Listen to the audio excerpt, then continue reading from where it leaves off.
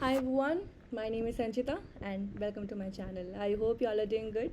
In this video, we will discuss few questions from unit number 2, that is history, economics and politics of education, and it will be a part of a revision series and going to be very important for your exams. So the June 2024 exam is now postponed, and the practice and revision for it is very important. So this session is going to be important for you. Okay, so let's begin today's session. But before that, if you are for the very first time on this channel, then do consider subscribing it as well. And now let's begin with the questions. So first question is, who wrote the book School and Society? School and Society, ये book किसके द्वारा लिखी गई है? August Comte, John Dewey, Emile Durkheim और is it Robert Merton? So make sure कि आप मेरे साथ आंसर सॉल्व करें. ठीक है, वीडियो को पॉज करके आप आंसर्स दे सकते हैं. So first question is, who wrote the book school and society? So the correct answer here should B John Dewey.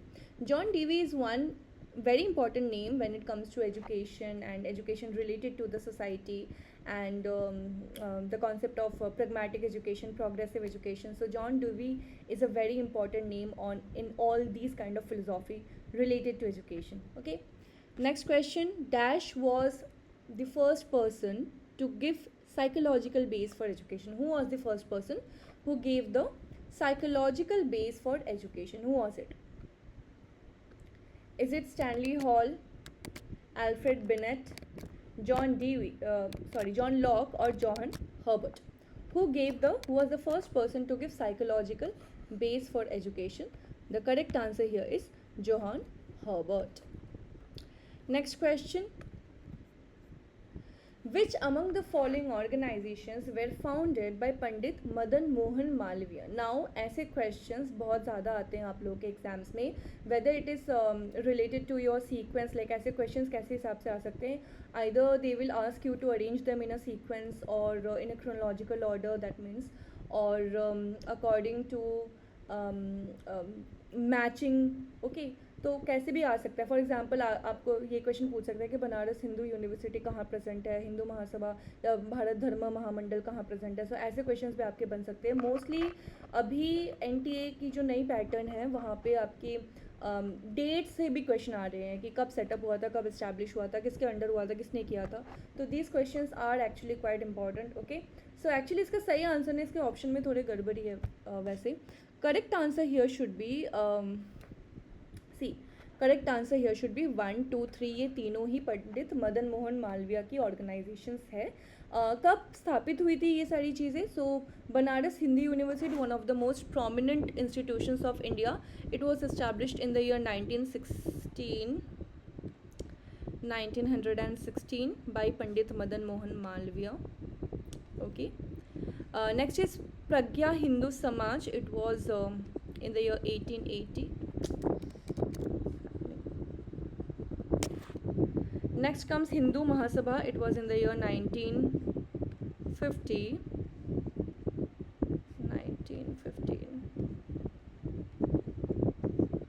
And Bharat Dharma Mahamandal, it was in the year 1887.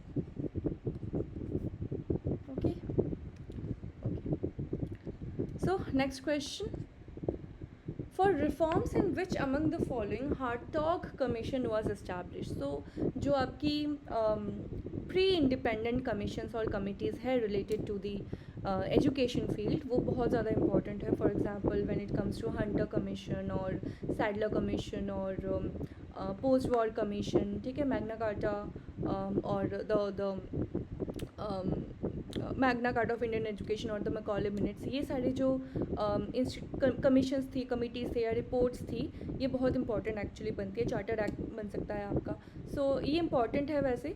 और हार्टॉग commission का आपको actually 2 related question यहाँ से पूछ सकता है. एक तो ईयर पूछ सकते हैं कि कब बना था. So it was in the year 1920, it came in the year 1929. Okay, and another question is हुआ क्या था? तो it was related to education, yes. And यहाँ पे क्या किया गया था? सो यहाँ पे एक एक्चुअली सर्वे कंडक्ट किया गया था, survey for the growth in education in India, ठीक है, for the growth in education sector इसको देखा गया था, ठीक है। चलो next question, according to Upanishads which of the following is the definition of education, बताइए उपनिषद क्या कहता है? Education is for liberation, education is the process which makes man self sufficient and selfless, education is the manifestation of the divine perfection already present in man, और education is the comprehensive way to solve all the problems. क्या कहता है उपनिषद? तो the correct answer here should be yes, education is for liberation, यही कहा गया है उपनिषद के द्वारा। तो बाकी भी जान लेते हैं कि किसने कौन सी एजुकेशन की डेफिनेशन दी थी। वैसे एजुकेशन शब्द आया कहाँ से है? तो आई थिंक ये लैटिन शब्द एजुकेटम और एडुसियर से आया है। So according to the question education is for liberation ये दिया है उपनिषद में। Then education is the process which makes man self-sufficient and selfless. It was written in Rig Veda. Education is the manifestation already present in man. ये तो स्वामी विवेकानंद की बहुत एक famous quotation है. And education is the comprehensive way to solve all our problem. ये कहा गया था यूनेस्को से, ठीक है। तो यूनेस्को, यूनिसेफ, इनके ना फुल फॉर्म्स भी आप पढ़ के जाना, यू नेवर नो, शायद क्वेश्चन में आ जाए। जैसे कि यूनेस्को की हम पढ़ते हैं डिलॉर्स कमीशन, राइट, उसकी द पिलर्स ऑफ एजुकेशन जिसमें बात कही गई थी। तो मे भी ऐसे क्वेश्चंस आपके बन जाए, तो थोड़ा थोड़ा देख के जाना ये सारे पॉइंट्स। सो यूनेस्को की फुल फॉर्म, यूनिसेफ की फुल फॉर्म, ये सारी चीज़ें देख लेना, ठीक है। UNESCO is United Nations educational scientific cultural organisation, UNICEF is children emergency fund. तो इम्पॉर्टेंट है ये कुछ चीज़ें। Next question, again you have to match them. कुछ आपको थिंकर्स के नाम दिए गए हैं and along with that their educational ideas और फिलोसॉफी दी गई है। सो महात्मा गांधी गेव नई तालीम और basic education, whatever you call it. Then comes Tagore ने कहा है नेचर को, he was a naturalist. And Aurobindo talked about integral education और spiritual education of gnostic being, ये सारे पॉइंट औरोबिंदो की बनती है। And Vivekananda is yes infinite power with it, ठीक है। तो क्या आंसर बन रहा है आपका? 1 का 5, ए के ऑप्शन से आपका आंसर बन जाना चाहिए, ठीक है। अच्छा, यहाँ पे एक आपको दिख रहा होगा पराविद्या अपराविद्या। नाउ ये क्या है, like what does it mean, और ये कहाँ से आया है? सो एक्चुअली जैसे हमने अभी पढ़े गए थे, उपनिषद में एजुकेशन की बात कही गई है। सो उपनिषद में ना ऑलमोस्ट अराउंड, वैसे तो मानते हैं कि 200 से ऊपर उपनिषद होते हैं, बट हम मेजरली 10 उपनिषद की बात करते हैं, जहाँ से हमने अपनी स्टडी और मतलब जो भी हमारा आइडिया है, ज्ञान है, वो नॉलेज जो है बेसिकली वो हमने ली है। तो उनमें से एक उपनिषद है मुंडका उपनिषद, ठीक है, मुंडका उपनिषद, जहाँ पे ये पराविद्या और अपराविद्या को डिफाइन किया गया है। सो परा विद्या एंड अपराविद्या, ठीक है। विद्या इज नॉलेज, परा एंड अपरा क्या होता है, लेट्स सी। सो परा is actually the inner, the spiritual, ठीक है, the spiritual knowledge within you, it is पराविद्या, okay. The spiritual knowledge within you is the paravidya, and apara is like the material things, ठीक है, everything related to materialistic beliefs. So that is your material belief, और जो बाहरी है that is apara. So you can say that spiritual और para is your inner, it's inner concept, and material one is the worldly concept, ठीक है, जो बाहर से आता है, ओके। सो नेक्स्ट क्वेश्चन देखते हैं, चलिए। When was the national literacy mission launched by prime minister? So national literacy mission कब आया था? तो उस टाइम पे वैसे MHRD के अंडर आया था, ये याद रखना। मिनिस्ट्री ऑफ एजुकेशन को उस टाइम पे हम लोग ministry of human resource and development कहते थे, एंड ये बना था 1988 में। यहाँ से एक मिलता जुलता क्वेश्चन आपको ये भी पूछ सकता है कि अडल्ट लिटरेसी मिशन जो है वो कौन सी डेट को आई थी? तो वो आई थिंक 2 अक्टूबर को आई थी, और आप डेट मुझे कमेंट में बताना, ठीक है। चलो नेक्स्ट क्वेश्चन बताओ। In India which organisation is the apex body for formulating plans and coordinating agricultural research? Now you might ask ma'am ये एपेक्स बॉडी होता क्या है? तो apex body is basically the controlling body, और the क्या बोल सकते हैं, जो आपकी ऑफिशियल बॉडी होती है to take care and control and supervise all kind of workings and everything related to the body, so that is apex body. जैसे कि अगर स्कूल एजुकेशन की हम बात करते हैं रिगार्डिंग रिसर्च और regarding development of text books and training, so NCERT will be the apex body all over India, right. India की जितनी भी NCERT से अफिलिएटेड है वो सारी चीज़ें NCERT देखते हैं, तो NCERT becomes the apex body. Then for teacher education apex body is NCTE. So apex body होता है that takes care of all the things that is relevant to the field of it. Okay, so agricultural से related यहाँ पे क्या होगा, ICAR होगा, that is Indian council of agricultural research, I guess. Okay, next question देखो. बाकी इग्नू तो आपको पता है, पीपल्स यूनिवर्सिटी कहते हैं इसको, और it is the biggest open university in all over India. UGC इज़ the higher education regulating body, funding agency है ये. CSIR का फुल फॉर्म क्या होता है ये आप मुझे कमेंट में बताना अगैन, ठीक है. ये भी बहुत इंपॉर्टेंट है वैसे. CSIR का फुल फॉर्म आप मुझे कमेंट में बताओगे. ये पता नहीं मेरे कंप्यूटर को क्या होता है, इतना घटिया काम करता है कभी कभी. चलो नेक्स्ट क्वेश्चन देखते हैं. In India which organisation is considered with the qualitative development of school education. बताइए, qualitative development of school education, everything related to education. It is considered concerned with everything that is related to the development of school education, so that is NCERT. जब भी school education की बात आती है ना, आपकी school level तक बात आती है, वो NCERT ही हर काम में उसकी सहयोगिता हर चीज़ में होंगी. नेक्स्ट क्वेश्चन देखो. Resolution of national policy on education was adopted in which year. So NPE national policy education resolution कब आया था? It came in the year 1986. Out of these 4 options 1986 should be the best answer here. Next question. Which commission is concerned with the promotion of coordination and of University Education Commission. So coordination and promotion of university education. तो अभी पढ़ लिया हमने NCERT, तो university से related नहीं है, it is related to the school education. CBSE भी एग्जामिनेशन टेकिंग बॉडी है, राइट. अच्छा, इग्नू क्या है? ये एक यूनिवर्सिटी है. तो प्रमोशन एंड कोऑर्डिनेशन कौन करेगा यूनिवर्सिटी के? ये UGC ही बच गया है, UGC ही करेगा. Now I also want to ask one question कि अब आप मुझे बताना कि जो higher education council of India है, that is kind of replacing the role of UGC, ठीक है. इसके ना 4 वर्टिकल्स है, ठीक है. इसके 4 बदतमीज 4 वर्टिकल्स है. आप मुझे बताओगे कि कौन कौन से वर्टिकल्स आते हैं under HECI and you will point it in, चलो वैसे ही बता देना, ठीक है. 4 वर्टिकल्स मुझे बताना अकॉर्डिंग टू NEP 2020 कौन से 4 वर्टिकल्स हैं that comes under HECI. Okay, चलो नेक्स्ट क्वेश्चन देखते हैं. The national policy on education provides for the opening of residential schools to provide free and quality education for talented children in rural areas. So what are these schools called? बताओ. बालवाड़ी, नवोदय विद्यालय, केंद्रीय विद्यालय या board schools. Free and quality education for talented children in rural area, ठीक है. Rural area की बात करनी है तो देखो ऐसे क्वेश्चंस आपके बनने वाले हैं.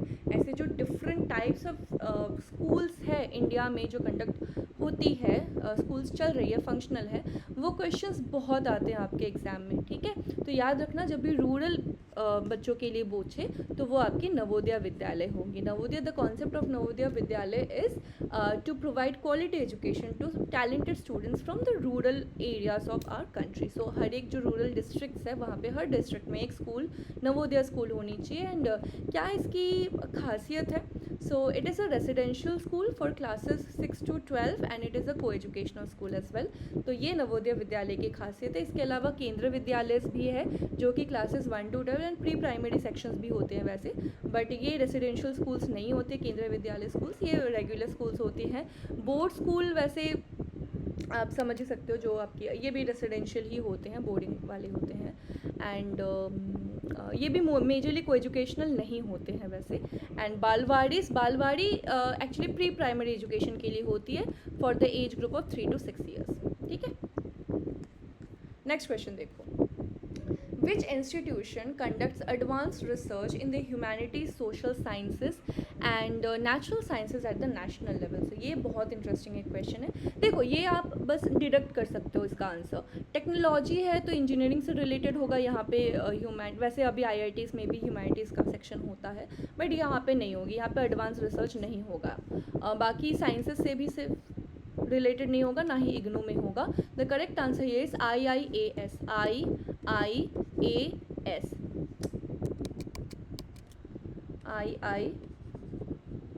IIAS. और ये कहाँ प्रेजेंट है? ये प्रेजेंट है शिमला में.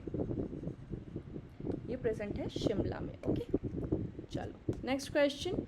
विच 5-year plan was the system of mid day meal commenced?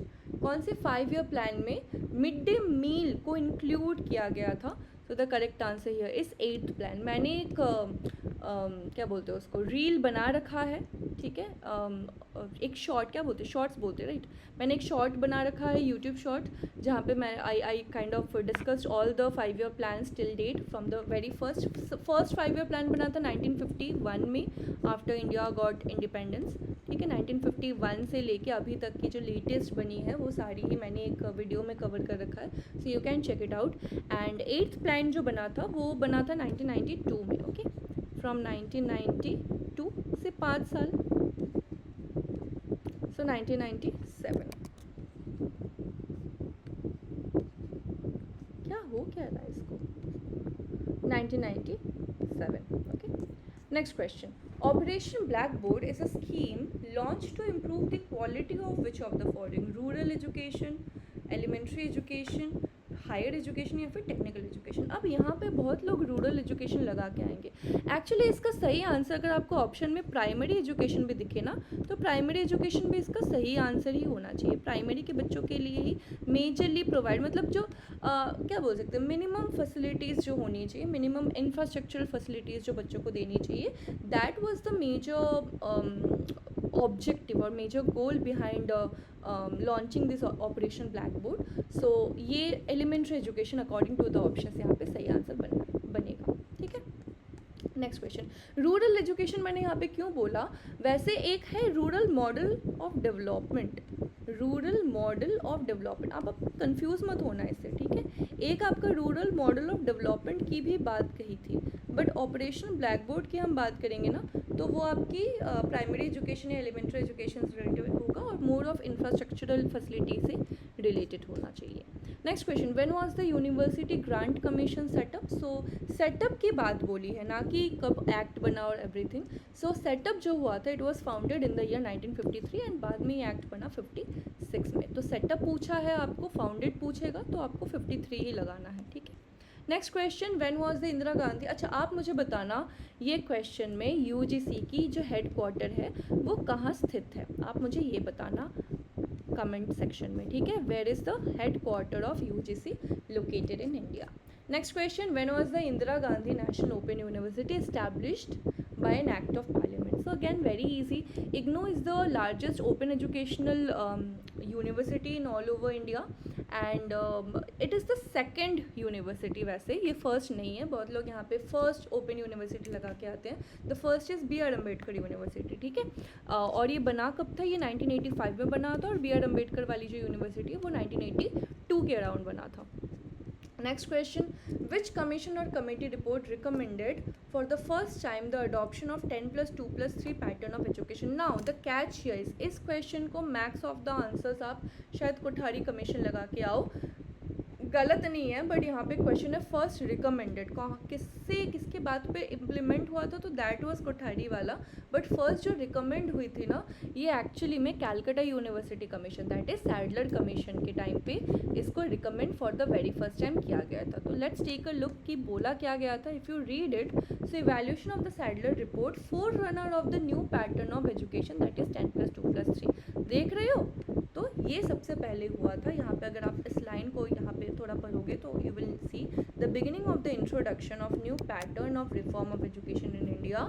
And देखो 1917 to 1919 में ये सैडलर कमीशन रिपोर्ट। और बेसिकली इस रिपोर्ट में क्या बोला गया था कि जो आपकी यूनिवर्सिटीज़ है उसकी क्या दिक्कतें हैं, जैसे कि Calcutta university and all the other universities that were kind of functional at that time, उनकी क्या दिक्कतें आ रही है, कैसे एजुकेशन को और एफिशिएंट बनाना है, और भी क्या दिक्कतें, जैसे कि क्वालिटी एजुकेशन तो एक बात हो ही गई, इसके अलावा very less number of qualified teachers और फैकल्टी मेंबर्स। तो ये सारी जो इश्यूज बेसिकली थी उस टाइम पे, उनको कैसे टैकल कर सकते हैं, क्या रिपोर्ट हो सकता है उसका, उसके ऊपर ही एक रिपोर्ट बनाई गई थी, सैडलर रिपोर्ट, या फिर इसको दूसरा नाम यूनिवर्सिटी कैलकाटा यूनिवर्सिटी कमीशन भी कहते हैं। ठीक है, 1917 को ये आया था।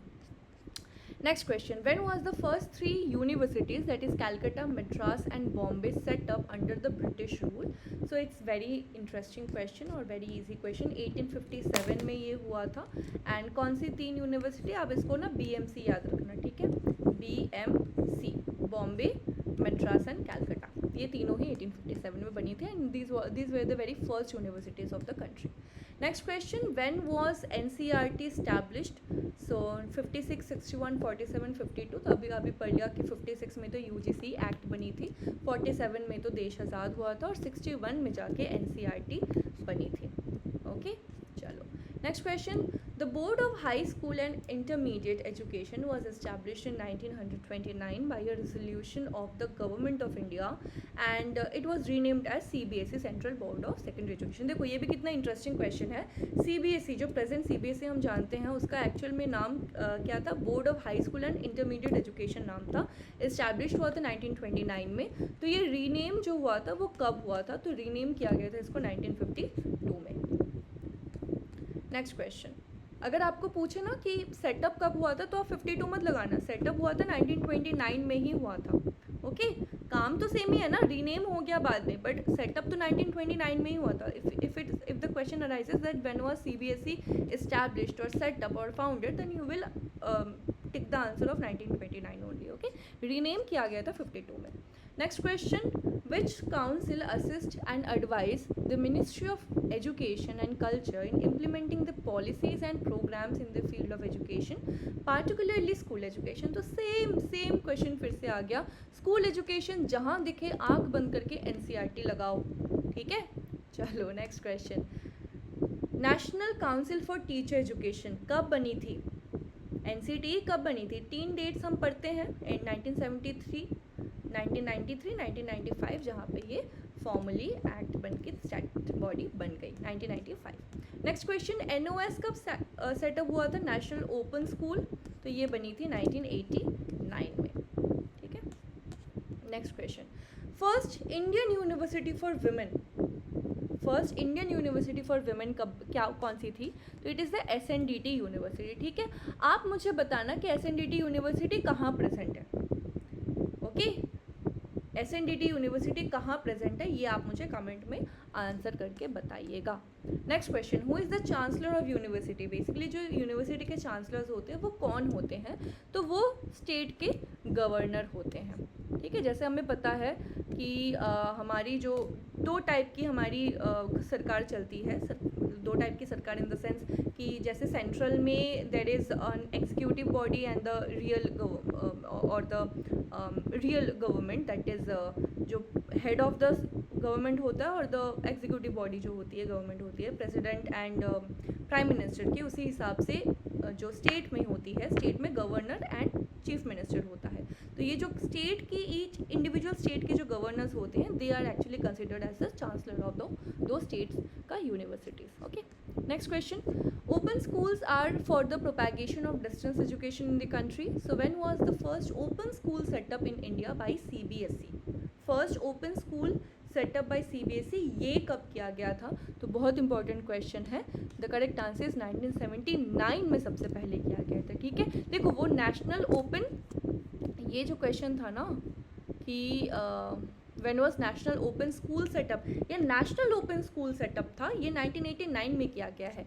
और जो सीबीएसई के द्वारा the first open school was setup, it was in the year 1979। ठीक है, तो दोनों ईयर का डिफरेंस ध्यान में रखिएगा। Next question, which educational TV channel was started by IGNOU in the year 2000? So it's a very easy question actually. ज्ञान दर्शन एक ही ये चैनल है जो कि इग्नू इन 2000 में स्टार्ट किया गया था इग्नू के द्वारा। Next question, there are 2 Kendriya Vidyalaya outside India, one is at Kathmandu, another one is where. So देखो एक्चुअली कहीं कहीं आपको 3 भी दिख जाएंगे कि 3 स्कूल्स है, केवी स्कूल्स है outside India. So in India there are over 12,000 KVs and outside India 3 जगह पे आपकी केवीज है। So one is Kathmandu Nepal, another one is Moscow, and एक नाम आपका तेहरान भी आता है। ठीक है, चलो नेक्स्ट क्वेश्चन। ओके, सो चलो इतने ही क्वेश्चंस थे। सो होपफुली सारे क्वेश्चंस आपको समझ आए होंगे। कोई क्वेश्चन मिस हो गया क्या? एक एमडीएम का क्वेश्चन होना चाहिए था। ओके, नो, हो गया, सारे क्वेश्चंस हो गए। ऑलराइट, सो होपफुली सारे क्वेश्चंस आपको समझ आए होंगे। If you have any doubt in any of these questions, so do right those in the comment section. And जो मैंने क्वेश्चंस पूछे हैं विद इन माई डिस्कशन, सो उनको भी आप आंसर्स पक्का से करना, बिकॉज ऐसे जो बीच बीच के छोटे छोटे क्वेश्चंस होते हैं ना, वहाँ से भी आप थोड़ा आइडिया लगा सकते हो, क्योंकि यू नेवर नो, क्वेश्चंस आपके कहीं से भी बन सकते हैं। And no need to panic now. बहुत सारे मेरे स्टूडेंट्स ऐसे पूछ रहे हैं कि मैम पैटर्न चेंज हो जाएगा या फिर कैसे क्वेश्चंस आएंगे इस बार, फिर से टफ बनेगा क्या? तो देखो, टफ बने ईजी बने, बस ऐसा बने कि आपको क्वेश्चन आए, है ना। टफ बने चाहे ईजी बने, तो हो सकता है कि ईजी इतना ईजी बन गया कि 80% चला गया कट ऑफ, कोई फ़ायदा है क्या?